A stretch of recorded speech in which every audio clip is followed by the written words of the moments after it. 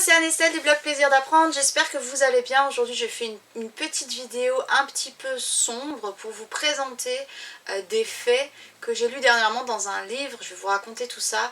Et donc c'est au sujet des apprentissages scolaires et du coût que ça implique autant financièrement que psychologiquement. Donc c'est parti. Alors vous connaissez sûrement ce livre qui s'appelle La pédagogie positive. Apprendre autrement avec la pédagogie positive à la maison et à l'école. D'Audrey Hakoun et Isabelle Peillot.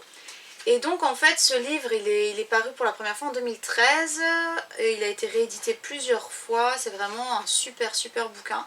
Et moi je le lis de manière très ponctuelle parce qu'il y a énormément d'informations qui sont intéressantes. Il y a plein de choses que peut-être vous savez déjà dans ce livre, mais ça vaut le coup de le lire parce que comment c'est écrit, c'est très positif, c'est très coloré. Il y a beaucoup d'explications simplifiées et franchement moi j'aime énormément. Voilà, il y a pas mal de témoignages aussi. Et donc aujourd'hui je veux revenir sur un point qui est abordé en toute introduction de ce livre, donc que j'ai lu il y a déjà plusieurs semaines, mais qui me travaille énormément. C'est sur le fait que les apprentissages coûtent cher, la réussite scolaire coûte cher. En fait dans ce livre on nous explique que la préoccupation principale des parents c'est la réussite scolaire des enfants. C'est-à-dire que la première chose que vous allez demander aux adultes en général, enfin aux parents en général, par rapport à leurs enfants, quelle est votre crainte, qu'est-ce que vous aimeriez pour vos enfants, etc. Et en très grande majorité ils vont vous répondre j'aimerais qu'ils réussissent à l'école, j'aimerais qu'ils réussissent leur parcours scolaire, qu'ils aient un métier, etc. Donc c'est pas forcément quelque chose de très conscient quand on le vit au quotidien, mais quand on y réfléchit c'est quand même très prédominant. Donc c'est la première préoccupation des parents, donc forcément ça génère du stress chez les parents et forcément ça génère du stress chez les enfants. Alors j'aimerais dans cette vidéo vous expliquer en quoi cette préoccupation et la réussite scolaire coûtent cher. Et vous allez voir que c'est pas très joli. Déjà financièrement, il faut savoir que la France en 2011, donc il y a une étude qui est parue, donc c'est dans ce livre que je l'ai lu, ils ont repris une étude qui est l'Institut international de planification de l'éducation de l'UNESCO, donc c'est une étude qui a été faite par l'UNESCO en 2011 et qui est intitulée L'ombre du système éducatif. Et donc dans cette étude, en fait ils relèvent le coût financier pour la réussite scolaire à côté du système classique, c'est-à-dire quel est le coût par pays qui est mis pour la réussite scolaire en plus de l'école, donc principalement en soutien scolaire. Et donc la France est en tête de liste, enfin dans les premiers, avec plus de 2 milliards en 2011, plus de 2 milliards d'euros consacrés au soutien scolaire. Je ne sais pas si vous vous rendez compte, c'est énorme. Ça veut dire qu'on n'a tellement pas confiance en notre système actuel que énormément de parents vont donner du soutien à leurs enfants, donc des cours particuliers. Parfois c'est que pour 1 ou 2 matières, parfois c'est que pendant 2-3 mois, et parfois c'est tout au long de l'année, c'est quelque chose de normal, et donc c'est un budget monumental par famille. Donc évidemment ça coûte très cher aux familles qui ont les moyens de faire ceci, mais ça coûte aussi très cher aux familles qui n'en ont pas les moyens et qui du coup, n'ayant pas d'autres possibilités que le système classique, il pleut, alors j'espère que ça va pas trop faire de bruit pendant la vidéo parce que dans la caravane ça fait quand même pas mal de bruit. Mais du coup voilà, pour les familles qui n'ont pas les moyens de payer des cours à domicile, de payer du soutien scolaire pour leurs enfants, et les enfants sont entre guillemets condamnés à l'échec parce que le système classique ne suffit pas. Donc il y a ce pôle financier énorme de soutien scolaire et il y a aussi de plus en plus de demandes de consultation, que ce soit chez des psychomotriciens, chez des orthophonistes, des pédopsychiatres, des psychologues, etc. C'est une demande qui est croissante et donc les professionnels reçoivent de plus en plus d'enfants qui viennent consulter parce qu'il y a un échec scolaire et ils pensent qu'il y a un problème, un trouble ou autre. Et puis en plus de ça, il y a de plus en plus d'enfants jeunes, c'est-à-dire qu'avant c'était peut-être plus fin de la primaire, voire début du collège. Aujourd'hui, il y a même des enfants de maternelle qu'on envoie pour consulter.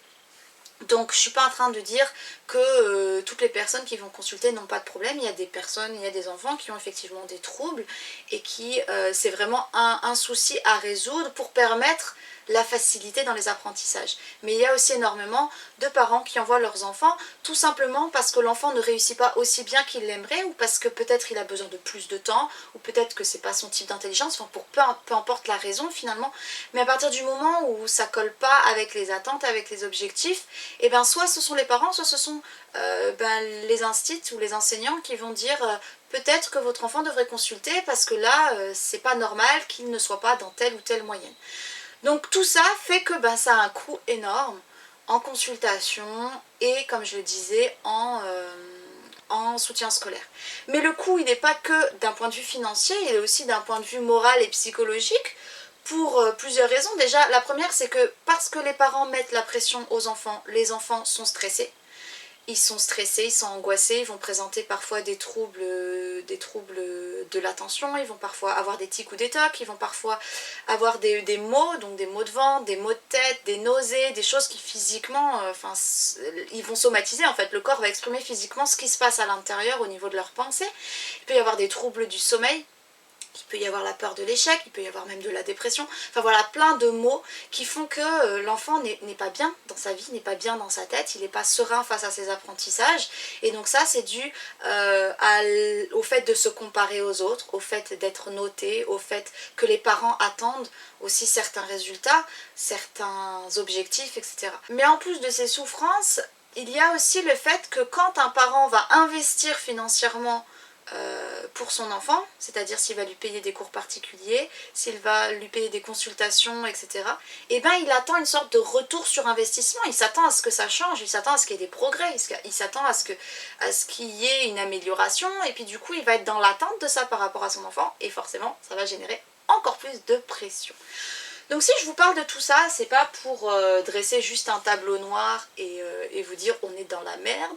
Bien au contraire, c'est juste pour vous faire prendre conscience qu'on est dans une société, et en France particulièrement, où on est dans la course aux objectifs, dans la course à l'amélioration, dans l'envie de se comparer, etc.